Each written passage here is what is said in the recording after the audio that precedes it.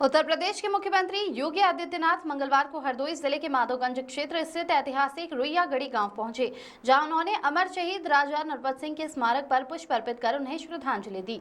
इस ऐतिहासिक स्थल से उन्होंने 650 करोड़ रुपए की लागत से बनने वाली 729 विकास परियोजनाओं का लोकार्पण एवं शिलान्यास किया। साथ ही दिव्यांगजनों को सहायक उपकरण भी वितरित किए। मुख्यमंत्री ने जनसभा को संबोधित करते हुए कहा कि रुइयागढ़ी का ये स्थान स्वतंत्रता संग्राम के वीर योद्धा राजा नरपत सिंह की वीरता और बलिदान का प्रतीक है। उन्होंने कहा कि राज्य सरकार इस ऐतिहासिक धरोहर के संरक्षण और विकास के लिए पूरी तरह प्रतिबद्ध है, ताकि आने वाली पीढ़ियां इस गौरवशाली इतिहास से प्रेरणा ले सके। उन्होंने इस अवसर पर विभिन्न विभागों की प्रदर्शनियों का अवलोकन किया, जिनमें सरकारी योजनाओं और विकास कार्यों की जानकारी स्थानीय लोगों को दी गई।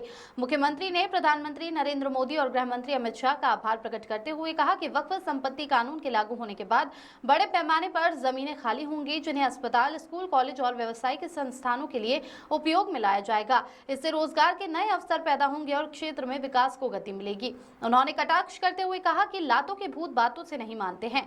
मुख्यमंत्री योगी आदित्यनाथ ने अपने संबोधन में क्षेत्रीय विधायक आशीष सिंह आशु तथा इस क्षेत्र में पूर्व में रहे सांसद जयप्रकाश रावत की सराहना करते हुए उनका मनोबल बढ़ाया और विधायक आशीष सिंह आशु को इस कार्यक्रम पर उन्हें बुलाने के लिए उनका आभार जताया। कार्यक्रम में राज्य सरकार के कई मंत्री एवं जनप्रतिनिधि मौजूद रहे, जिनमें राज्य मंत्री स्वतंत्र प्रभार दयाशंकर सिंह, नितिन अग्रवाल, रजनी तिवारी, सांसद जयप्रकाश रावत, अशोक रावत, विधायक श्याम प्रकाश, माधवेंद्र प्रताप सिंह रानू, अलका सिंह राजवंशी, भाजपा जिलाध्यक्ष अजीत सिंह बब्बन और जिला पंचायत अध्यक्ष प्रेमावती शामिल रहे। प्रशासन की ओर से जिलाधिकारी मंगला प्रसाद सिंह, पुलिस अधीक्षक नीरज कुमार जादौन, मुख्य विकास अधिकारी सौम्या गुर्रानी सहित कई वरिष्ठ अधिकारी और सुरक्षा बल तैनात रहे। हरदोई से अखिलेश सिंह की रिपोर्ट। अरे लातों के भूत बातों से कहां मानने वाले हैं, लेकिन सेकुलरिज्म के नाम पर इन लोगों ने दंगाइयों को दंगा करने की पूरी छूट दे रखी है।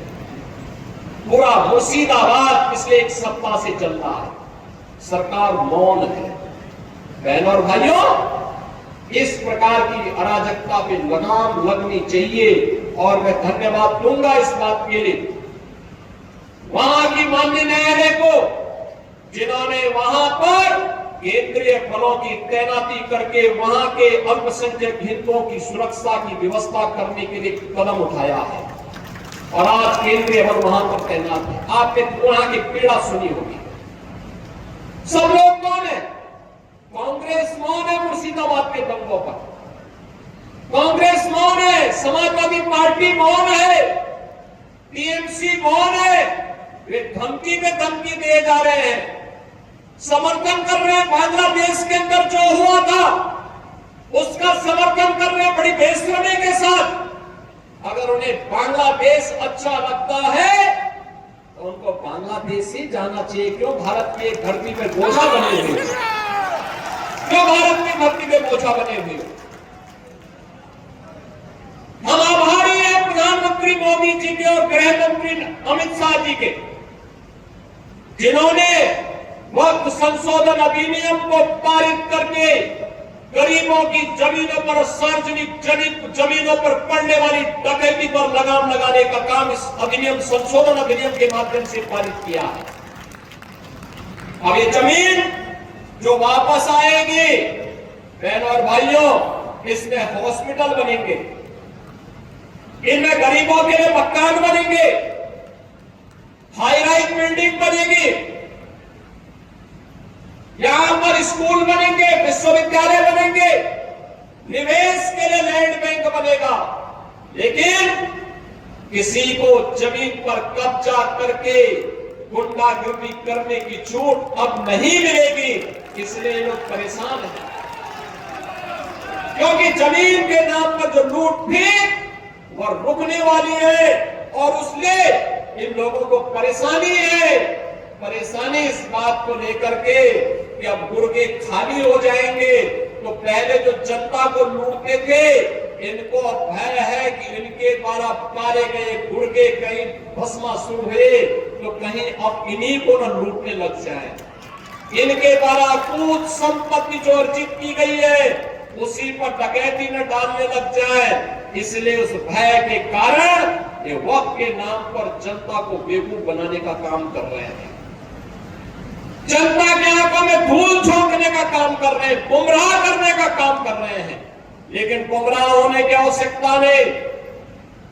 हमें देश के संविधान पर, बाबा साहब भीमराव अंबेडकर के द्वारा बनाए गए संविधान पर विश्वास करना है, विकास की प्रक्रिया के साथ जुड़ना है और विकास की प्रक्रिया का ही परिणाम है।